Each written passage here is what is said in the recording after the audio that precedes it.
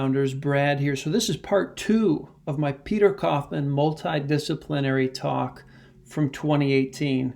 I left off in the last video with Daniel Kahneman, Nobel Prize winner. And why did Daniel Kahneman win the Nobel Prize in behavioral economics? He answered the question.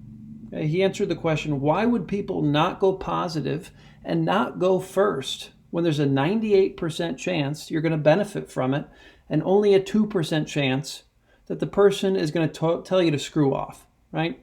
There's a huge asymmetry, is what Kahneman found out, between the standard human desire for gain and the standard human desire to avoid loss, okay? I think, this accounts for a lot of what we see in the stock market, why it takes so long for the market to rise, right? And why it drops so quickly.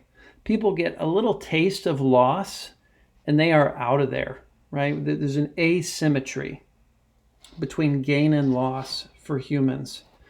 What Peter Kaufman points out here, if you're getting beat in life, chances are it's because you're afraid of appearing foolish. Now, I got to admit, when I started this YouTube channel, I turned the camera on, right? And I couldn't talk, right? It took me like an hour just to make my first maybe 5-minute video because I was frozen in front of the camera. And I think this fear was at play there. I was afraid of appearing foolish, right? What if I screw up? Well, it's obvious if I'm recording myself, I just hit stop, I try again. But that fear is really strong.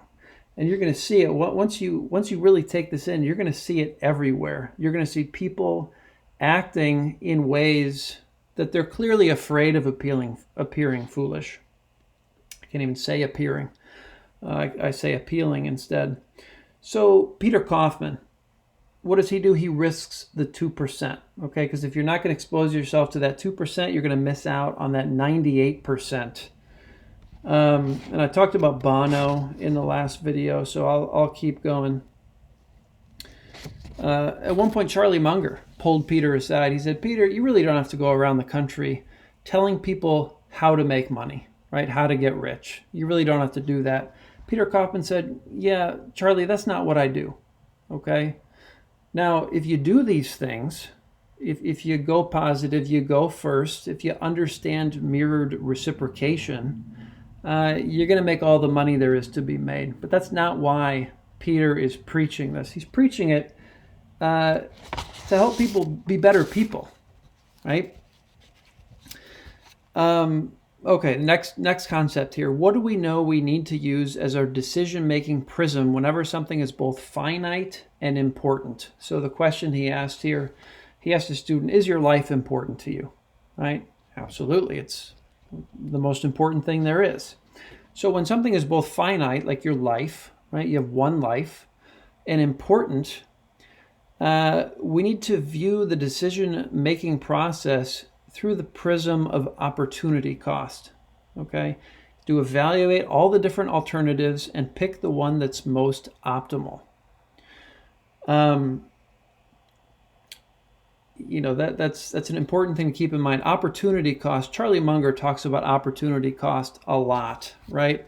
The only way he's going to make a new investment is if that new investment is better than all of the other alternatives that he has, all of the other companies he already owns at the prices that those are currently being offered at, right?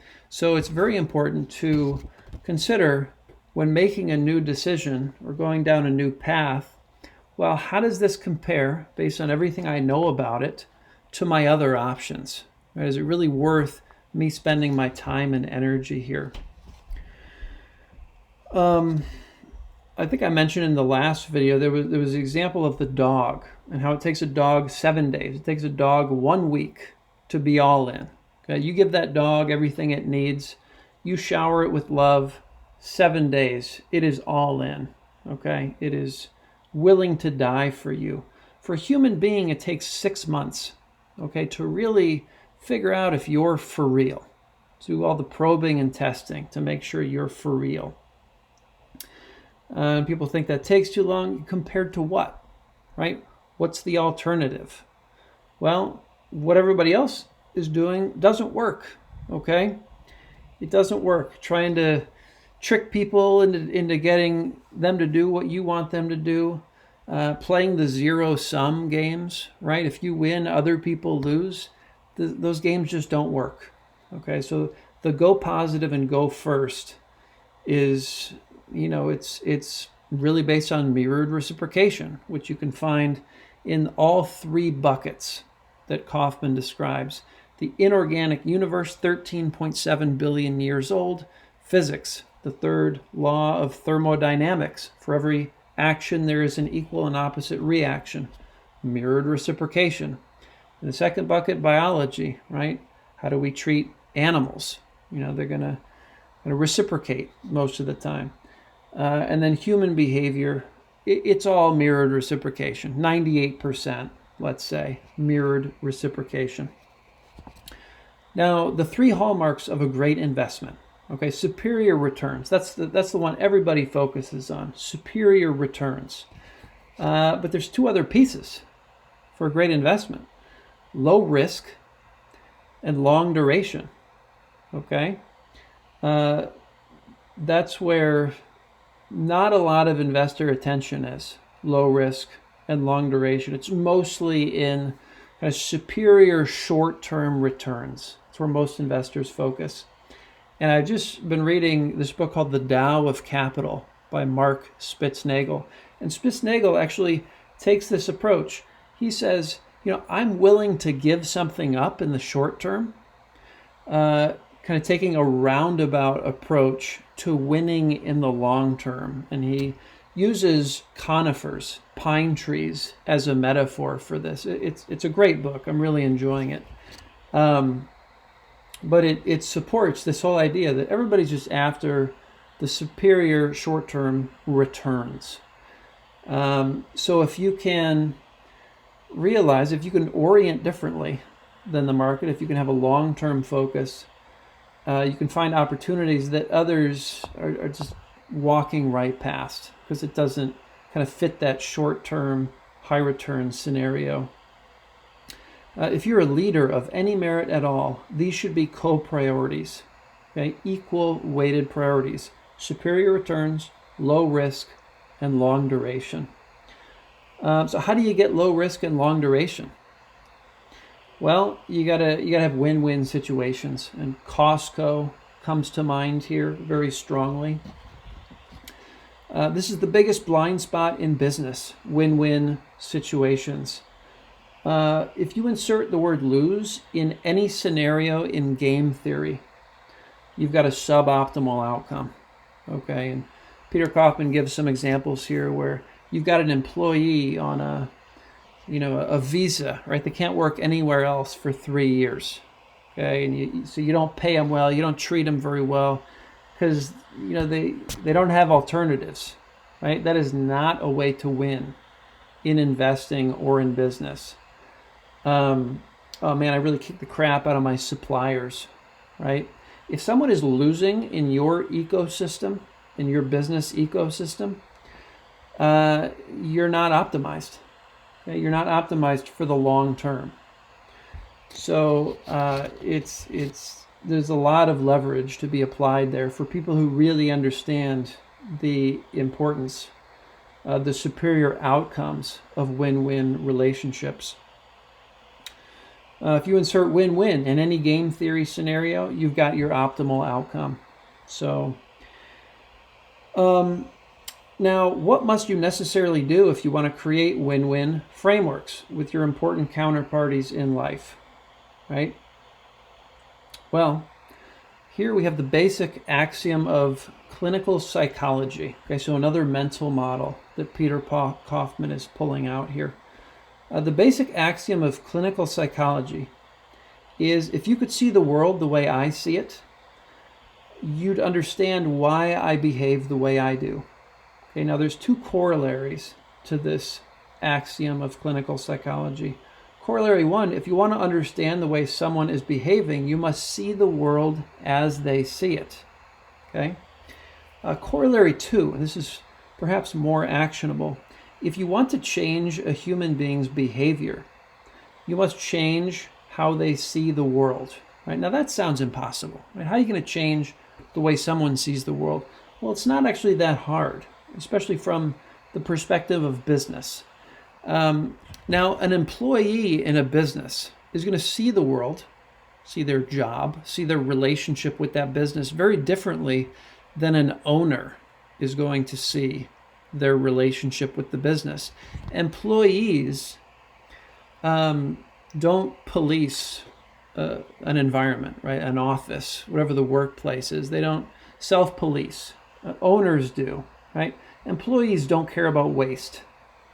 Owners do.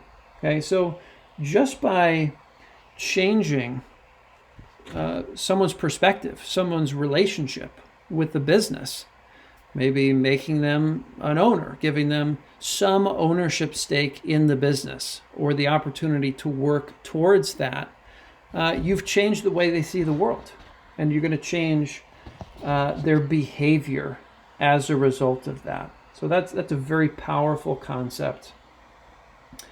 The secret to leadership is to see through the eyes of all 6 important counterparty groups to a business, okay?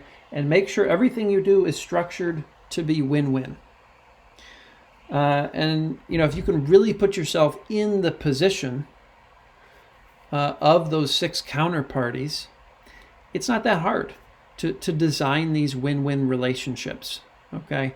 A lot of us are used to seeing business investing as a zero-sum game, right? If you win, someone else necessarily has to lose. But that's really just one model. Okay? That doesn't have to be how the world works. In fact, that's not an optimal way for business to work, according to game theory. So there's always ways to design win-win situations, relationships, into the system. And the 6 counterparties, by the way: customers, suppliers, employees, owners, regulators, and the communities that your business operates in. Okay, so if you can really see through the eyes of all those 6 counterparties,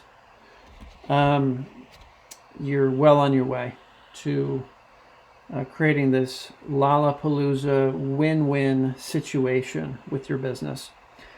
If you want to go quickly, go alone. If you want to go far, go together. Now, in our culture, this at least I'm in the United States here.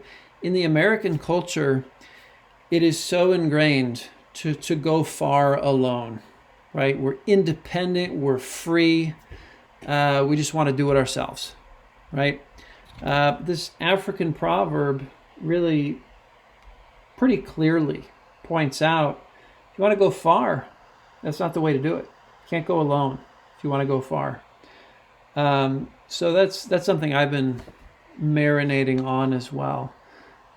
First of all, where do I really want to go, right? Define sort of the vision, right? Where am I going? And how do I bring people in win-win relationships to get there, right? Together, to go there together. Turkish proverb, no road is long with good company. I mean, it's tough in America here, where there's so much emphasis placed on individuality, on doing it yourself, right? Being self-sufficient. It really kind of runs counter in a lot of ways to human DNA, right?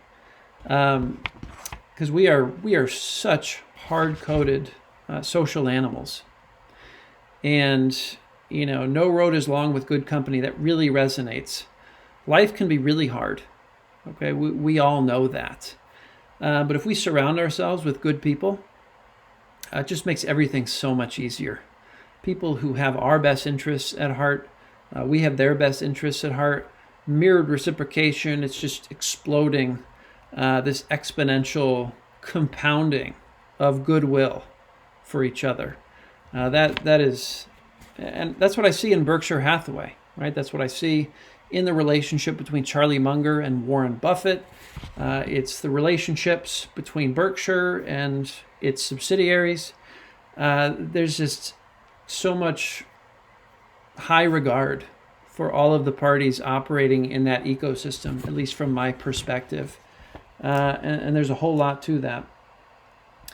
So, and the best way to surround yourself as continuously as you can with good company is to be worthy of good company, right? So, show up, improve yourselves, go positive, go first, and it's that compound interest in the relationships and everything else in life, that incremental, dogged, constant progress over a very long period of time. So these are just things I'm really trying to embed in my psyche here, to operate more and more with this kind of framework, this seeing the world through these lenses, I think is incredibly powerful. So my hat is off to Peter Kaufman with this talk on multidisciplinary approach to thinking. Again, if you haven't listened to this talk at least a couple times already, I can't recommend it highly enough. And it's really given me the itch, guys, to go deeper on this multidisciplinary approach. I've got a few books here just in the last couple of days. We've got Investing, The Last Liberal Art from Robert Hagstrom, fantastic. And I just got this one, Seeking Wisdom from Darwin to Munger, okay, by Peter Bevlin. So you guys are going to be hearing a lot more from me on multidisciplinary thinking, mental models, and it's really the core, in my opinion, of intelligent investing, right? In order to make good decisions, we have to understand how things work. We have to understand how the world works. And in order to do that, we need kind of these big ideas, right, from many different disciplines. So we're not just a man with a hammer, right, striking everything as a nail. So many value investors, I feel like, are men with hammers, right? They're looking for these couple metrics that seem to have worked well for decades, probably not working that well anymore, because like biology, right, stock markets evolve, right? Businesses have to evolve or they die. Things change. The only constant in life is change. So we've got to evolve as investors. And I think one of the best ways to do that is to have this solid foundation of science-based big ideas, frameworks, principles that have lasted many, many years, right? Millions of years, billions of years even, if we're looking at the inorganic or the biological, situation here on Earth. So anyway, that's just a little background on why I'm so interested right now in mental models and multidisciplinary thinking. But I will leave it there. Thanks for watching, guys, and I will see you all in the next one. Take care.